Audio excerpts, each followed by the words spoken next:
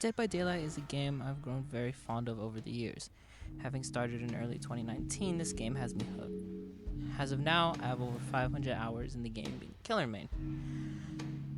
However, although very fun, this game, like many others, comes with its own flaws that I'd like to address in this video. Flaws both gameplay and community-wise that I'd like to dive into. So, let's get started. First, let's start off with the gameplay. The objective is very simple. There are 4 survivors and 5 generators to complete. And in order to open the door to escape, those 4 survivors must complete the 5 generators before the killer gets them. The killer has to kill these survivors by hooking them until they die. Pretty simple on paper. That is, until you throw perks, items, and add-ons into the game. Perks are in-game buffs that both killers and survivors can use to help complete their objectives. Add-ons are things survivors can put on items they can bring into the match to help them. And add-ons for killers are things they can add to their kit to make themselves their abilities just a little stronger. Things like survivors being able to see through walls and survivors being able to run faster, which in my opinion adds a much needed complexity to the game. Alright, so what's the issue here? Well, let's start with killers. Each killer has their own set of perks and abilities they can use, which adds a very nice variety to the game. However, the big issue here is the balance between them.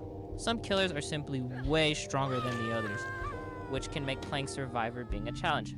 Killers like Nurse, who can fade through walls, making pallets and vaulting utterly useless, can make this game way too killer-sided, making Survivor almost impossible to play in the higher ranks.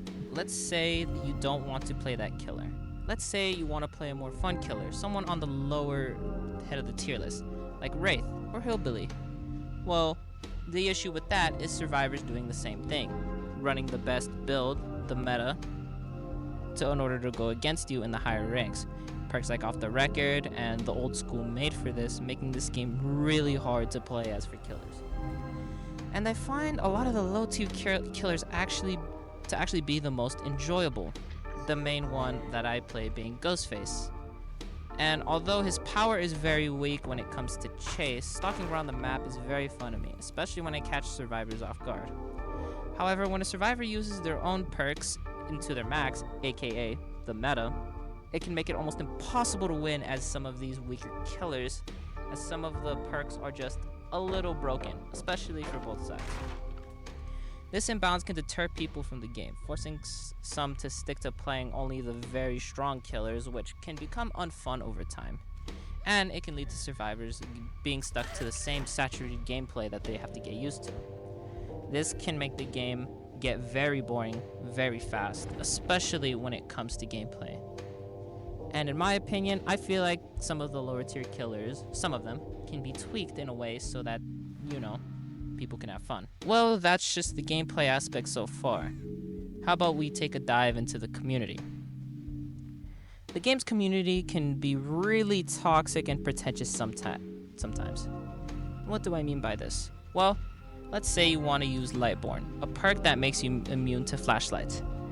And I can already hear the riot coming after me. Well, use the perk, you win, and now a whole team is trash-talking you because you got tired of getting blinded by flashlights every 5 seconds. How about we take a look at this from a survivor perspective? If you use Off the Record, which is a perk that lets you have endurance for a little longer than you should, or maybe use a loadout that involves stunning the killer over and over and over and over again. This has happened to me way too many times. I'm getting sick of this.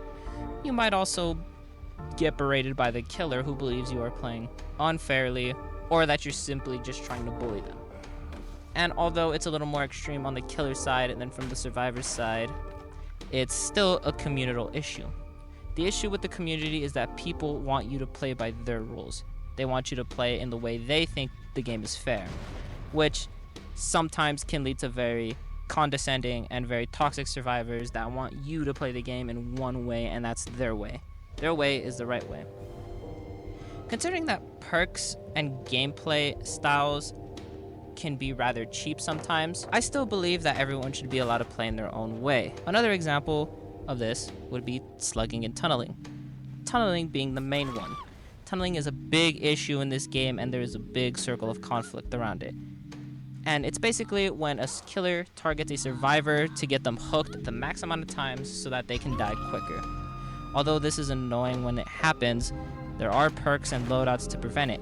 And sometimes survivors will make risky plays and take hits that they really shouldn't be taking, which allows them to accuse the killer of tunneling. This happens to me a lot, where a survivor will go on 2Hook, they'll make a bunch of risky plays, they'll run into me, try to take protection hits even though they shouldn't be taking them. And then this leads to me hooking them, and then in the in-game chat they ask me, "Why did you hit me? You are a tunneler." And this can get very, very annoying very quickly, even if they were just playing really, really bad. This can create a circle of conflict in the community that leads to a lot of pretentious people. Yes, I have played Survivor as well, and it is irritating to get tunneled. However, it can be very easily prevented, and although it can require spending money sometimes, which I personally don't like, you'd likely be better off just playing selfishly in solo queue, which even though it's very scummy, it's the only way to guarantee a win, which can also be irritating for everyone else in the match. If I were you, I'd probably stick to playing with friends. I'd say just let people play the game the way they want to. If a killer uses Lightborn, so what? Move on. Maybe just bring a medkit next time. If tunneling is an issue, maybe just use an anti-tunneling build. And trust me, I know that not every match there's a tunneler, so that excuse is out the window for some of you survivors out there. And I have seen survivors do small things like teabagging at the door. However, I don't think that's a big issue if you just simply try to ignore it. And it is really hard to ignore. I am a ghost face. It has happened to me so many times. Maybe just run an anti-tunneling build just in case next time if you're gonna solo queue. Or just play selfishly. There's a solution to a lot of these issues that the community simply doesn't take advantage of, and instead they resort to complaining on Reddit with their Doritos and their Mountain Dew in hand. Yes, I know this game can get annoying. Playing Survivor can be really unfun at times. But sometimes you just have to accept that both killer and survivors can be very, very scummy. And although this can lead to some very saturated gameplay, I think everyone can have their fun in their own little way. Yes, you're not gonna win all the time. Yes, a killer will have all 4 survivors escape. But honestly, that's just part of the game. And I think this community could maybe take some steps in not playing so pretentiously. Alright? Just because a guy tunneled you doesn't mean you need to complain about it. And yes, tunneling is annoying. I know how it feels. But I feel like this can be very easily prevented still. Thanks for watching, and I hope to see you in the next one. Peace.